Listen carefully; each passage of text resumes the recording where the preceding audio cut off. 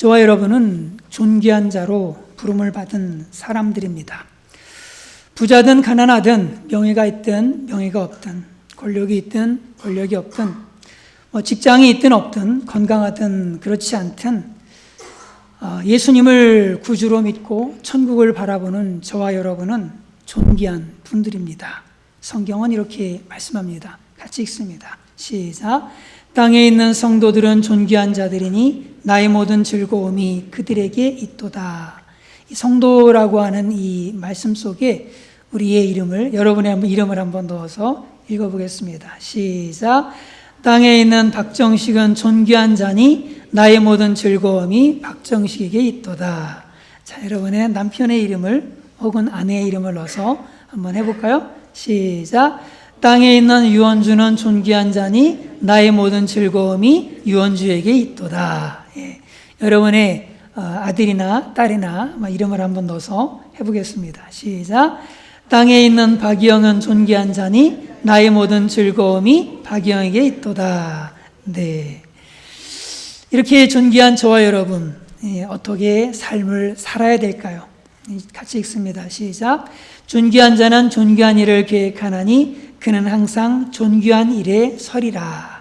여기에 또 자기 이름을 넣어가지고 또 한번 해볼까요? 시작. 존귀한 박정식은 존귀한 일을 계획하나니 박정식은 항상 존귀한 일에 서리라. 네. 우리는 존귀한 자로 부름을 받았습니다. 존귀한 일을 계획하고 존귀한 일을 실현해서 존귀한 일에 서는 그런 저와 여러분 모두가 되어야 하겠습니다. 오늘 말씀은 우리가 어떠한 존재로 살 수 있는지, 어떻게 존귀한 존재로 살 수 있는지 그 방법을 알려주십니다. 제가 읽겠습니다. 내가 전에 내 집과 내 조상의 집이 내 앞에서 영원히 행하리라 하였으나 이제 나 여호와가 말하노니 결단코 그렇지 아니하리라. 나를 존중히 여기는 자를 내가 존중히 여기고 나를 멸시하는 자를 내가 경멸하리라. 나를 존중히 여기는 자를 내가 존중히 여기고 나를 멸시하는 자를 내가 경멸하리라 라고 하나님이 말씀하세요. 여기서 존중히 여긴다 라고 하는 말은 가치 있게 여긴다, 높이 평가한다, 가치를 인정해 준다 라고 하는 뜻이죠. 이것의 이 존중에 반대된 말은 경멸하다, 멸시하다, 천하게 취급하다 라고 할 수가 있겠습니다. 우리가 존중받고 존귀 여김을 받고 대접받는 방법은 굉장히 단순합니다.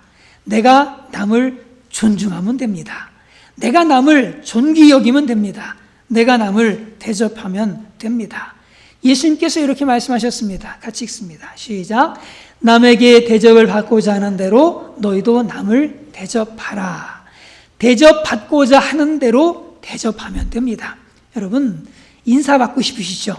그러면 먼저 인사하십시오. 사랑받고 싶으십니까? 그러면 먼저 사랑하십시오. 칭찬받고 싶으시면 먼저 칭찬하시고, 높임받고 싶으시면 먼저 남을 높여 보십시오.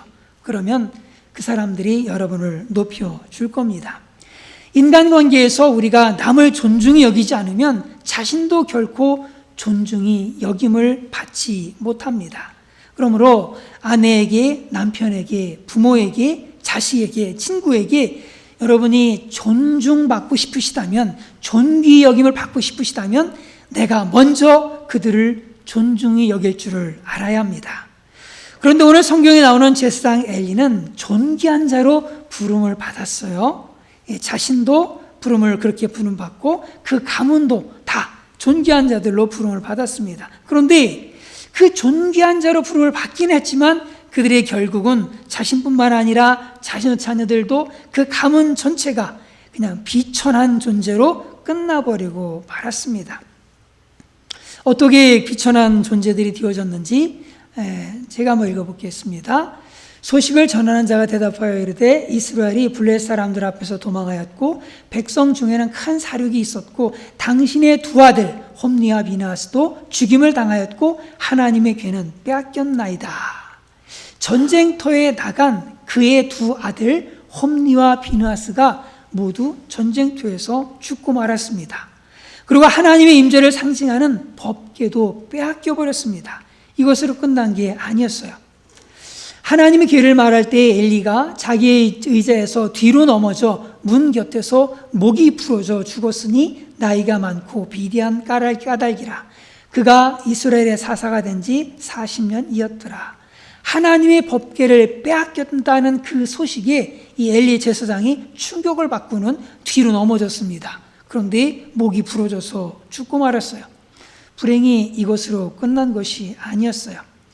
죽어갈 때에 곁에 서 있던 여인들이 그에게 이르되 두려워하지 말라. 내가 아들을 낳았다 하되 그가 대답하지도 아니하며 관념하지도 아니하고, 그 엘리 제사장의 며느리 역시 아들을 낳다가 죽고 말았습니다. 며느리는 죽어가면서 아이의 이름을 이가봇이라고 지었어요. 이가봇의 이름의 뜻은 하나님의 영광이 떠났다라고 하는 말입니다. 한때 존귀한 제사장 가문으로 부름을 받고 하나님의 사랑을 받으면서 하나님의 영광을 나타내던 참으로 복된 가정, 참으로 존귀한 가정이 졸지에 하나님의 영광이 떠나버리고 하나님께 버림받는 비참한 가정이 되어지고 말았습니다. 그리고 구걸하는 가문으로 비천하게 되어져 버렸어요. 내 집에 남은 사람이 각기 와서 은 한 조각과 떡 한 덩이를 위하여 그에게 엎드려 이르되 청하노니 내게 제사장의 직분 하나를 맡겨 내게 떡 조각을 먹게 하소서 하리라. 참 엘리 가정이 너무나도 비참하게 되었고 정말 비천하게 되어졌습니다. 왜 엘리 가정이 이렇게 비천한 가정이 되었을까? 하나님은 이렇게 말씀하십니다. 읽습니다. 시작. 나를 존중히 여기는 자를 내가 존중히 여기고 나를 멸시하는 자를 내가 경멸하리라. 엘리 제사장 가정이 이렇게 비참하게 된 이유는 이 엘리 제사장 이 가정이 하나님을 존중히 여기지 않았기 때문입니다. 하나님을 멸시했기 때문입니다. 그럼 어떻게 그들이 하나님을 존중히 여기지 않았을까? 12절을 읽을까요? 시작. 엘리의 아들들은 행실이 나빠 여호와를 알지 못하더라. 여기서 안다라고 하는 말은 체험적으로 안다라고 하는 거예요. 그런데 이 엘리 제사장의 아들들은 하나님을 경험해 본 적이 없었습니다. 그럼에도 그들의 신분이 무엇이었어요? 제사장이었습니다. 홈리와 비느하스가 여호와의 제사장으로 거기에 있었더라. 제사장이었습니다. 하나님을 경험해 보지도 못하고 하나님을 알지도 못한 사람들이 제사장이 된 겁니다. 이 엘리 제사장의 아들들은 어릴 때부터 하나님에 대해서 많은 얘기들을 아버지로부터 들었을 겁니다. 하지만 체험적으로, 실제적으로, 인격적으로 하나님과의 만남이 전혀 없었습니다. 다만 지식으로 알 뿐이었지요. 그러다 보니 그의 아들들은 하나님을 존귀 여기지 않았습니다.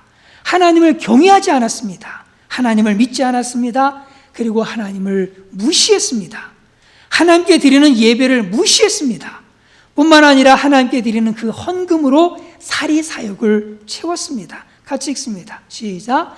너희는 어찌하여 내가 내 처소에서 명령한 내 제물과 예물을 밟으며 내 아들들을 나보다 더 중히 여겨 내 백성 이스라엘에 드리는 가장 좋은 곳으로 너희들을 살지게 하느냐. 이렇게 그들이 하나님을 무시하니까, 하나님을 멸시하니까 이들이 하나님으로부터 멸시를 받게 되었습니다. 우리가 정말 하나님으로부터 일평생 존귀한 자로 그렇게 축복을 누릴 수 있는 비결, 그 비결은 하나님을 존귀 여기는 겁니다. 하나님을 존중하는 겁니다. 하나님을 경외하는 겁니다. 성경은 말씀합니다. 읽습니다. 시작. 여호와를 경외하는 자 누구냐? 그가 택할 길을 그에게 가르치리로다. 그의 영혼은 평안히 살고 그의 자손은 땅을 상속하리로다. 여호와의 친밀하심이 그를 경외하는 자들에게 있으며 그의 언약을 그들에게 보이시리로다. 하나님을 경외하는 자에게 하나님은 그가 택할 길을 가르쳐 주십니다. 그리고 하나님은 하나님을 경외하는 자들에게 그 영혼을 평안하게 해주세요. 뿐만 아니라 그의 자손이 땅을 상속하게 해주세요. 하나님과의 친밀함을 누리게 해주십니다. 그리고 하나님께서 그에게 언약을 보여주십니다. 하나님을 경외하는 것, 하나님을 존중하는 것, 이것은 내가 잘 되는 길이요, 내 자녀들이 잘 되는 길이요, 내 가정이 잘 되는 길이요, 내 사업장이 잘 되는 길이요, 하나님의 축복받는 비결입니다. 성경은 다시 한번 말씀합니다. 읽겠습니다. 시작. 나를 존중히 여기는 자를 내가 존중히 여기고 나를 멸시하는 자를 내가 경멸하리라. 하나님을 경외함으로, 하나님을 존중히 여김으로, 하나님께 존중하기 여김을 받는 그런 모두가 되시기를 간절히 바랍니다. 하지만 엘리의 이 제사장의 아들들은 예배를 무시함으로 하나님을 멸시합니다. 예배의 핵심은 하나님을 존중히 여기는 마음입니다. 예배는 하나님의 하나님 되심을 인정하고 하나님을 존중히 여겨드리는 겁니다. 그런데 그들은 어떻게 했습니까? 14절을 읽습니다. 시작. 그것으로 냄비에나 솥에나 큰 솥에나 가마에 찔러 넣어 갈고리에 걸려 나오는 것은 제사장이 자기 것으로 가지되 실로에서 그곳에 온 모든 이스라엘 사람에게 이같이 할 뿐 아니라 하나님 앞에 드려지는 그 제사를요 놀이로 생각을 합니다. 장난질을 해요. 장난질을. 기름을 태우기 전에도 제사장의 사환이 와서 제사 드리는 사람에게 이르기를 제사장에 구워드릴 고기를 내라. 그가 내게 삶은 고기를 원하지 아니하고 날 것을 원하신다 하다가 그 사람이 이르기를 반드시 먼저 기름을 태운 후에 내 마음에 원하는 대로 가지라 하면 그가 말하기를 아니라 지금 내게 내라. 그렇지 아니하면 내가 억지로 빼앗으리라 하였으니 이 소년들의 죄가 여호와 앞에 심히 크면 그들이 여호와의 제사를 멸시함이었더라. 여호와의 제사를 멸시함이었더라. 너희가 어찌하여 내가 내 처소에서 명령한 내 제물과 예물을 밟으며 내 아들들을 나보다 더 중히 여겨 내 백성 이스라엘이 드리는 가장 좋은 것으로 너희들을 살지게 하느냐. 그들은 여호와의 제사와 예물을 멸시했습니다. 하나님 앞에 드려지는 예배를 멸시했습니다. 이는 곧 하나님을 멸시하는 겁니다. 오늘 우리는 어떻게 하나님께 예배드리고 있습니까? 우리 속에 예배를 소중히 여기는 그런 마음이 있습니까? 예배를 드리면서 스마트폰으로 문자를 주고받고 하는 것이 예배를 존중히 여기는 것입니까? 혹시 우리가 예배를 우습게 여기고 멸시하고 있는 것은 아닙니까? 그리고 헌금을 드릴 때 하나님을 향한 공경과 존경과 존중이 있습니까? 언젠가 저는 1센트짜리 동전을 한 주먹 헌금하는 것을 보았습니다. 이때 제가 무슨 생각이 들었을 것 같습니까? 아, 과부의 두렵돈 같은 소중한 헌금을 하는구나 라는 생각이 들었을까요? 아닙니다. 이건 뭐지? 도대체 이건 뭐지 이거? 이건 뭐지? 뭘 어쩌라는 거야? 이건 뭐지? 정말 과부의 두렵돈 같은 그런 소중한 헌금이다 라고 하는 생각보다는 참 마음이 조금 제가 잘못됐는지 모르겠습니다만 좀 씁쓸했습니다. 어떤 사역지에서는 다 구겨지고 찢겨진 일부를 꺼내서 거지게 동냥하듯 헌금하는 것을 보았습니다. 성경은 이렇게 말씀합니다. 같이 읽습니다. 시작. 너희가 내 제단 위에 헛되이 불살하지 못하게 하기 위하여 너희 중에 성전문을 닫을 자가 있었으면 좋겠도다. 내가 너희를 기뻐하지 아니하며 너희가 손으로 드리는 것을 받지도 아니하리라. 성전문을 닫을 자가 있었으면 좋겠도다. 이렇게 말씀하시는 하나님의 마음이 느껴지십니까? 하나님께 드려지는 예배가 얼마나 세속화되었으면, 하나님께 드려지는 그 헌금이 얼마나 가증스러웠으면 하나님은 더 이상 그런 경배와 그런 헌금을 받지 않겠다고 하십니다. 그래서 더 이상 모욕받고 싶지 않으시다면서 누군가 좀 성전 문을 닫아 걸었으면 좋겠다, 누군가 성전 문을 닫았으면 좋겠다 라고 말씀하시는 거예요. 동정하듯 하는 헌금에, 예배를 우습게 여기는 사람들의 행동에 저도 자존심이 상하고 화가 나는데, 하물며 하나님은 얼마나 자존심이 상하시겠습니까? 역사를 보아도 그렇고 개인사를 보아도 그렇고 예배를 멸시하는 사람은 결코 존귀한 대접을 받지 못합니다. 하나님께 멸시를 받고 사람들에게 멸시를 받고 결국에는 망하는 인생이 되어지고 맙니다. 그러나 마음을 다해서 드리는 예배를 통해서 하나님을 존귀 여기는 사람은 하나님께서 이러한 사람들을 존귀 여겨주시고 그럴 뿐만 아니라 사람들에게도 존귀 여김을 받게 됩니다. 여러분이 잘 아는 이야기입니다. 1924년 파리 올림픽 때에 올림픽의 꽃이라고 하는 100m 달리기가 주일에 잡혀 있었습니다.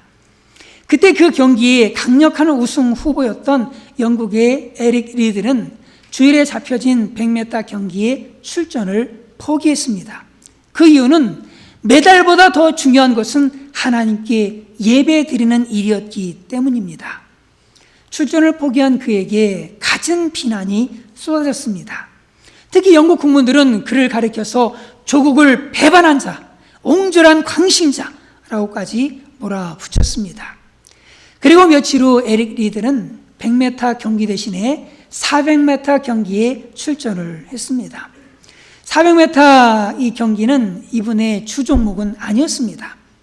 그렇지만 그는 이 경기에 처음부터 무서운 속도로 질주를 했습니다.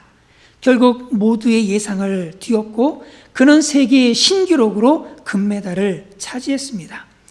기자들이 우승 소감을 물었습니다. 그러자 그는 이렇게 대답합니다. 처음 200m를 뛸 때는 내가 뛰었습니다. 그러나 나머지 200m는 하나님이 친히 띄워주셨습니다. 저와 여러분 모두 예배를 통해서 하나님을 존귀히 여기시기를 간절히 바랍니다. 하나님은 예배를 존귀히 여기는 사람들, 그래서 하나님을 존중하는 사람들을 존중하시고 하나님을 멸시하는 자들을 멸시하십니다. 이 엘리의 아들들은 하나님의 말씀에 불순종함으로 하나님을 멸시했습니다. 이스라엘 하나님 나 여호와가 말하노라. 내가 전에 내 집과 내 조상의 집이 내 앞에서 영원히 행하리라 하였으나 이제 나 여호와가 말하노니 결단코 그렇게 하지 아니하리라. 나를 존중히 여기는 자를 내가 존중히 여기고 나를 멸시하는 자를 내가 경멸하리라. 하나님은 두 번이나 반복해서 말하노니 말씀하고 있습니다. 그뿐만 아니라 그 이전에 이미 하나님의 사람을 보내셔서 이렇게 말씀하셨어요. 이스라엘 모든 지파 중에서 내가 그를 택하여 내 제사장으로 삼아 그가 내 제단에 올라 분향하며 내 앞에서 에봇을 입게 하지 아니하였느냐. 이스라엘 자손이 들은 모든 화제를 내가 내 조상의 집에 주지 아니하였느냐. 하나님께서 은혜를 베풀어 주셔서 엘리 이 가문을 제사장 가문으로 삼아 주셨습니다. 분향할 수 있도록 특별한 은혜를 주셨고 에봇을 입고 하나님 앞에서 섬길 수 있도록 정말 특별한 은혜를 주셨어요. 그리고 하나님 앞에 드려지는 그 헌물, 그 제물을 먹을 수 있도록 특별한 은혜를 주셨습니다. 그런데 왜 이런 은혜를 망각하고 말씀대로 살지 않느냐고 하나님께서 회개를 촉구하셨어요. 하지만 이런 경고에도 엘리 제사장은 하나님의 말씀을 무시합니다. 하나님의 말씀을 무시해버려요. 이렇게 엘리 제사장이 하나님의 말씀을 무시하자 그의 아들들도 그 아버지의 말을 무시해버립니다. 그의 아들들이 온 이스라엘에 행한 일과 회막문에서 수종드는 여인들과 동침하였음을 듣고 그들에게 이르되 너희가 어찌하여 이런 일을 하였느냐. 아버지가 얘기를 하는 거예요. 내가 너희의 악행을 이 모든 백성에게서 듣노라 라고 하면서 하지 말라고, 그렇게 하지 말라고 얘기를 해요. 이 아들들이 성전에서 간음죄를 짓는 거예요. 아버지가 야단을 쳐요. 하지만 엘리 제사장의 아들들은 아버지 말을 무시해버립니다. 돌이키지 않아요. 회개하지 않습니다. 같이 읽습니다. 시작. 만일 사람이 여호와께 범죄하면 그가 그를 위하여 간구하겠거니와 느냐 하되 그들이 자기 아버지의 말을 듣지 아니하였으니. 이렇게 하나님의 말씀을 멸시하면 하나님도 그를 멸시하시고 사람들에게도 멸시를 당하게 하십니다. 가인도 또 아담도 사울도 가룟 유다도 이스라엘 백성들도 왕들도 모두 하나님의 말씀을 멸시하며 불순종했습니다. 그 결과 아담은 에덴 동산에서 추방되었고 사울은 왕위를 잃어버렸고 이스라엘은 포로가 되었고 유다는 자살을 했습니다. 이처럼 하나님의 말씀을 멸시하면 하나님도 그를 멸시당하도록 하십니다. 여기에 계신 모든 분들이 하나님의 말씀에 순종함으로 하나님을 존중하는 모두가 되시기를 간절히 바랍니다. 결론적으로 하나님을 경외함으로 하나님께 예배드림으로 하나님의 말씀에 순종함으로 하나님을 존중히 여기는 삶을 사는 모두가 될 수 있기를 간절히 바랍니다. 그래서 하나님과 사람들로부터 존중히 여김을 받는 모두가 되시기를 주님의 이름으로 축원을 드립니다. 다 같이 읽고 기도하겠습니다. 시작. 나를 존중히 여기는 자를 내가 존중히 여기고 나를 멸시하는 자를 내가 경멸하리라. 하나님 아버지, 주님의 은혜를 감사합니다.